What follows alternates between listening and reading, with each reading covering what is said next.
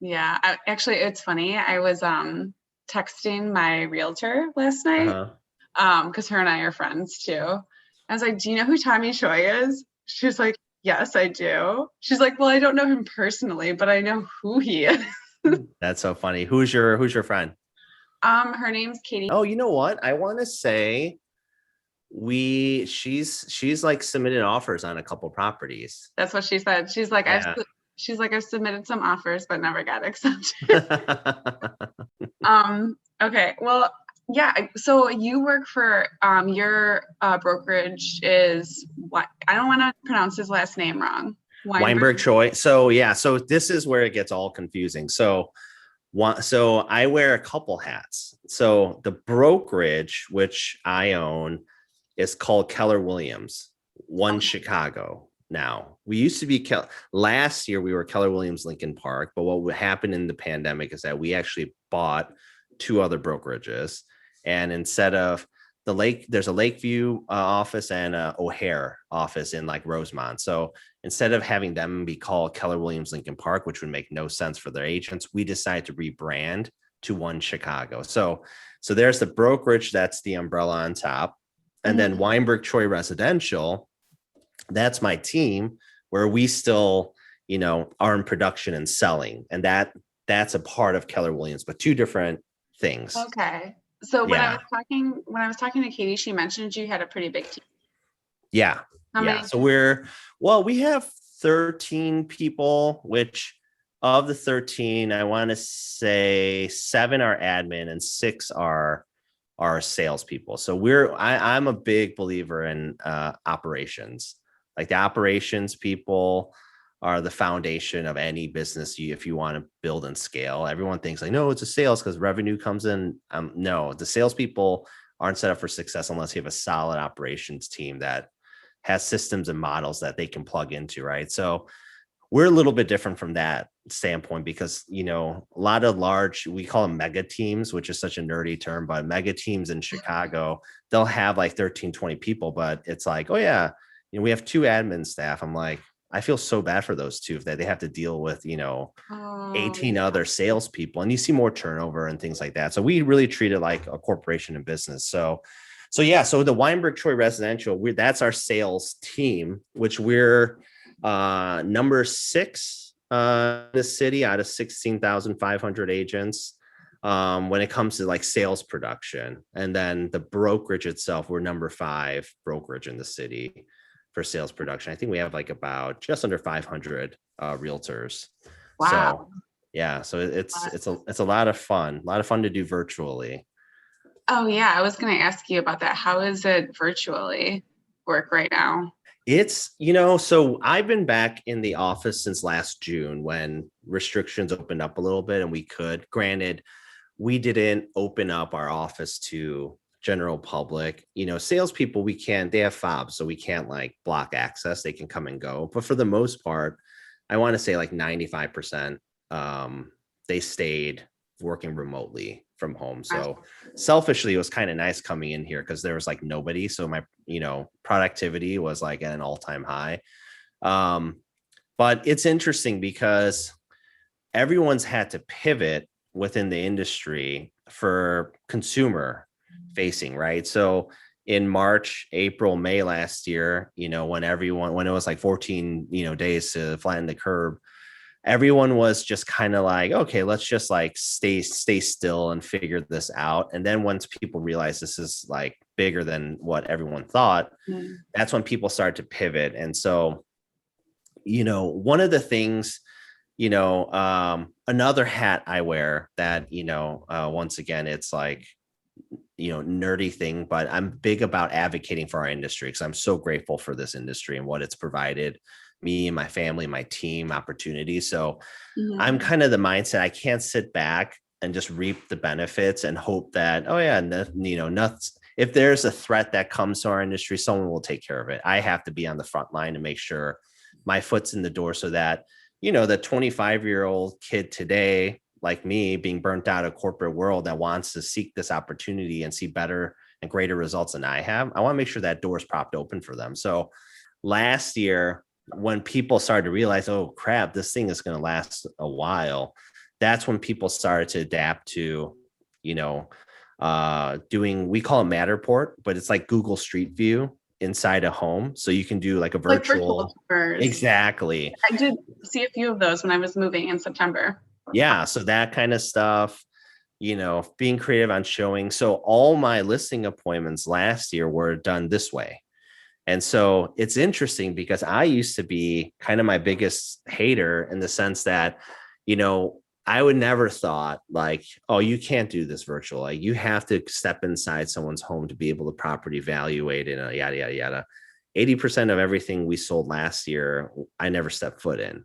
So it just changed my mindset and really pushed me to think bigger that, you know what? Yeah, I know my shit. Like I don't need to go into someone's home, right? Sure, a custom house, yeah, a higher end luxury $2+ million home in the city. There's different nuances where I would have to go. But outside of that, it proved that, you know what? Wow, I can do this. So the weird thing is still to this day, probably like 70% of the listing appointments, the clients, they prefer to meet via Zoom. And it's not from like a safety or I don't want you in my home type thing. I think it's just convenience. I think we're all accustomed to like, hey, can you just jump on this thing? And we don't have to like mentally shift or drive anywhere and whatnot. So a lot of showings were done that way. So it's really interesting. I'm grateful for, yeah, obviously I say that with tongue in cheek.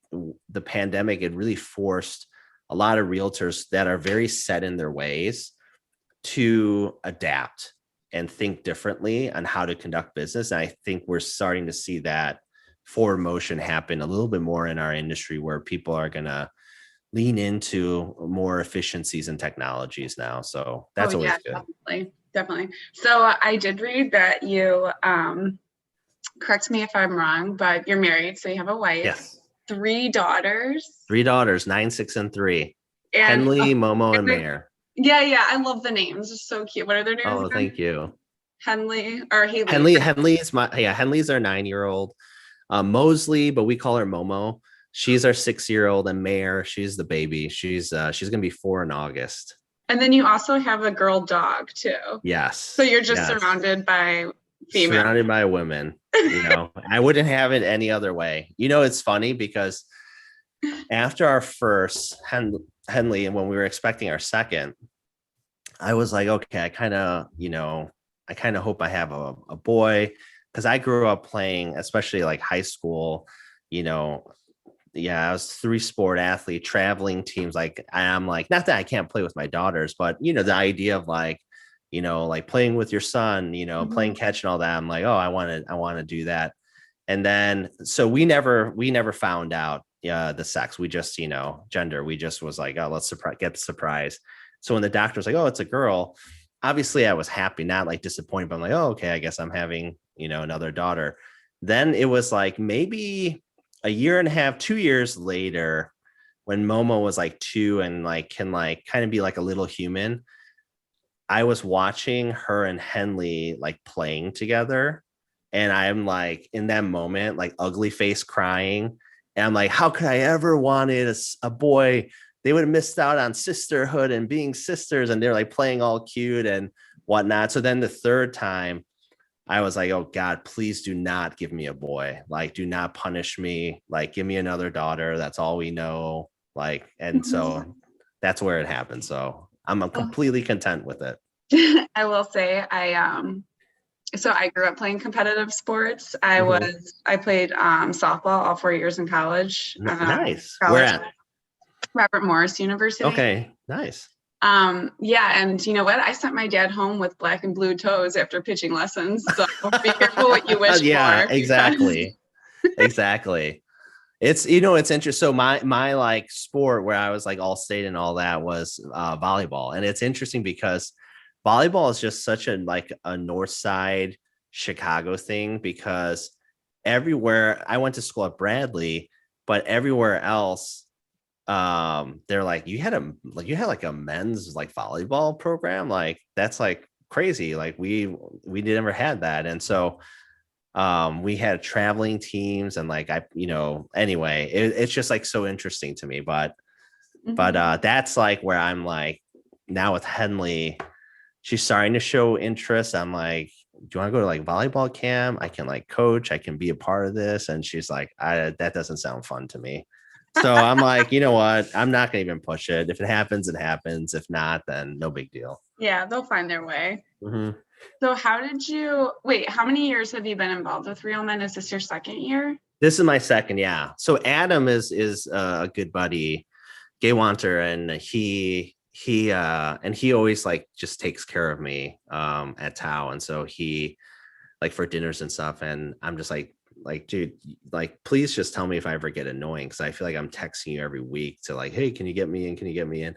So I'm like, whatever you need, don't ever hesitate. And one day he's like, hey, I actually have something I want to ask you. I'm like, dude, anything. And it was this. And so, and I've obviously, that's the thing, right? Unfortunately, everyone pretty much has been one way or another been affected by cancer, right? And so for me, it was one of my aunts who passed away from breast cancer. And so I was on one of my good friends, her name's Lindsay Abner. She started a nonprofit back in the day called Bright Pink, which was for breast cancer and ovarian cancer awareness.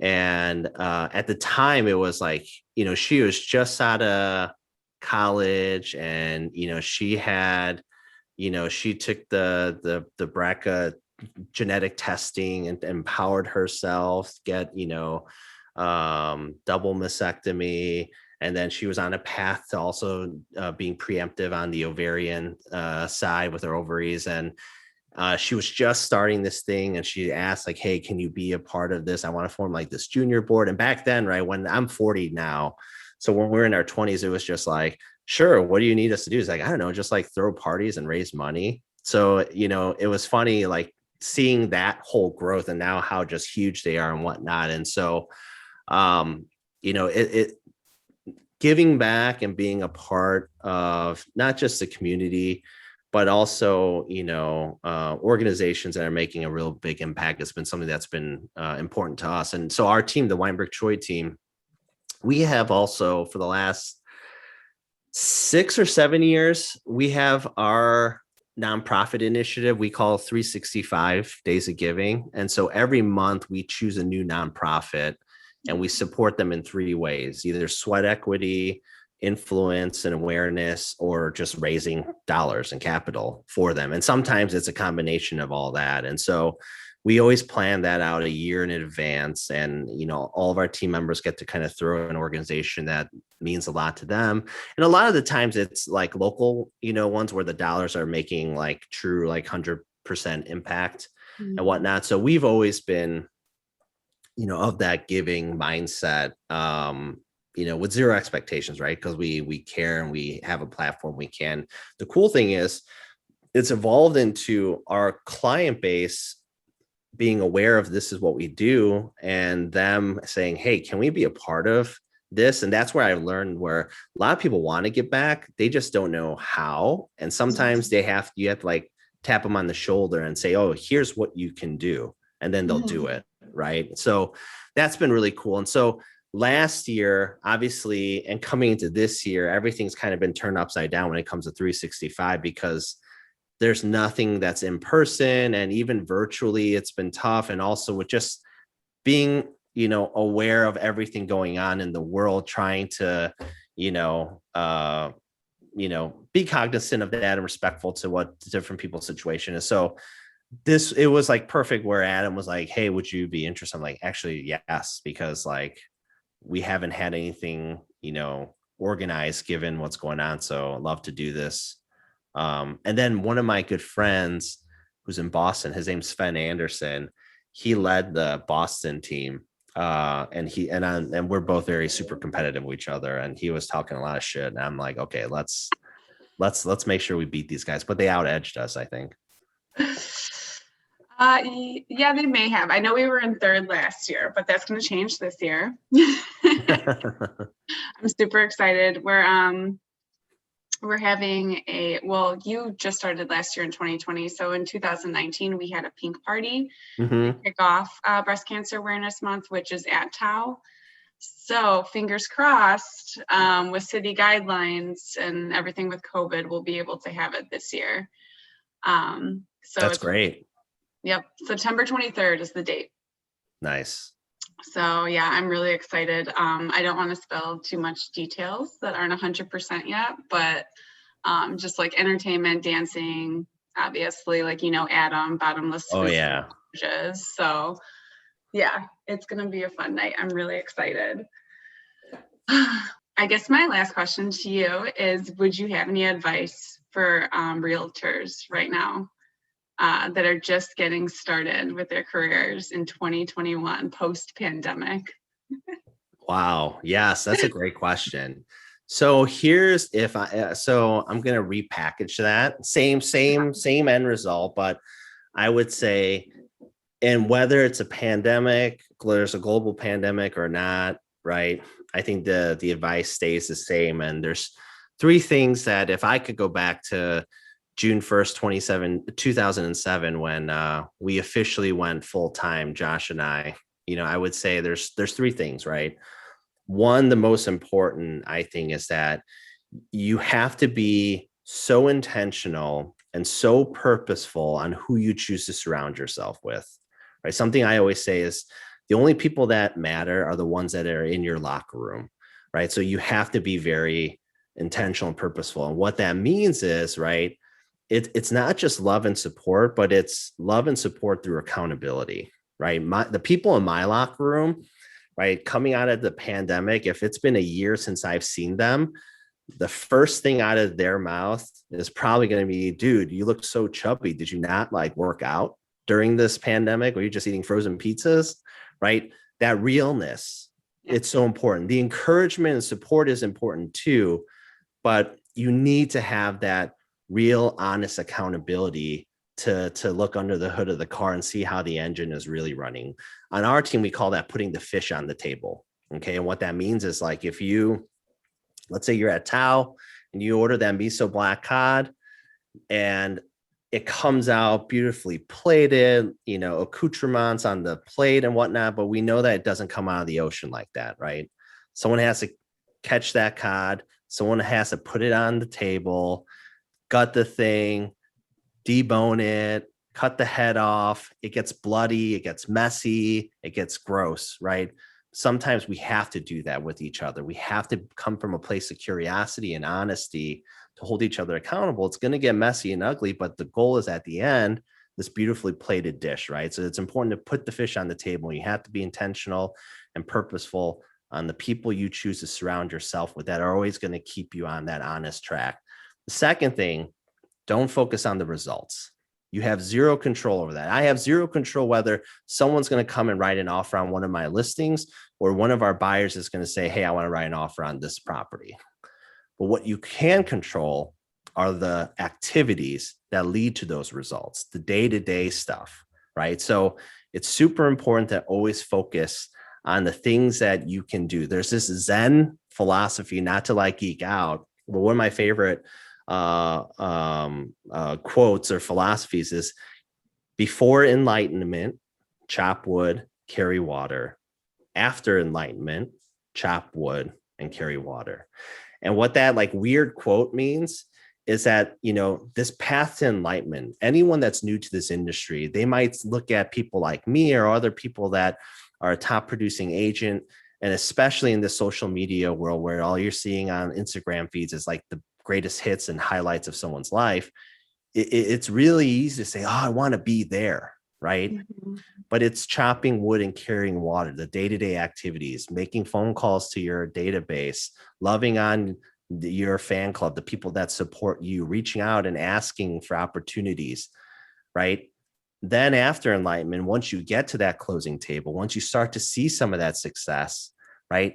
That's when you start to realize that what got you there were those mundane activities you were doing, making calls, meeting with people face to face. And that's the critical point where it goes from mundane tasks that are annoying to the same tasks that are now exhilarating and thrilling and really drive you and motivate you, right? Yeah. So it's so important to focus on the activity that leads to the results. And then the final thing is that we work in one of the most transparent industries, right? One where I can look up what your friend Katie, how much she sold, and I can pretty much figure out how much she's making. And then in that moment, I can complain and say, how is she doing so well and better than me? And I'm better than her. I think at least I am, and yada, yada, yada. And in that moment, right, of reflecting and complaining, you're standing still, right? You're motionless. You're not making forward progress. And in fact, you end up making,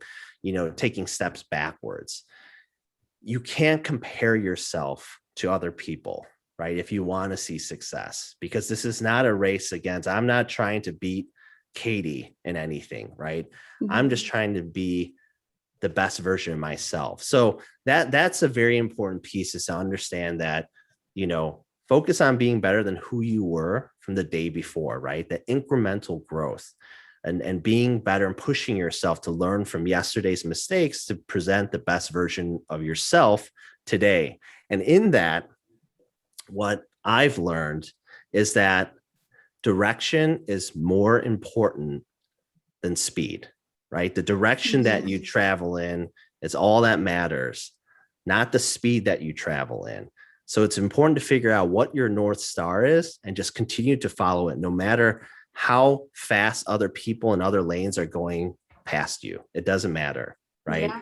Just be better than who you were from the day before. So those three things, probably could have shared that in a more condensed and shorter version, but I liked the long version.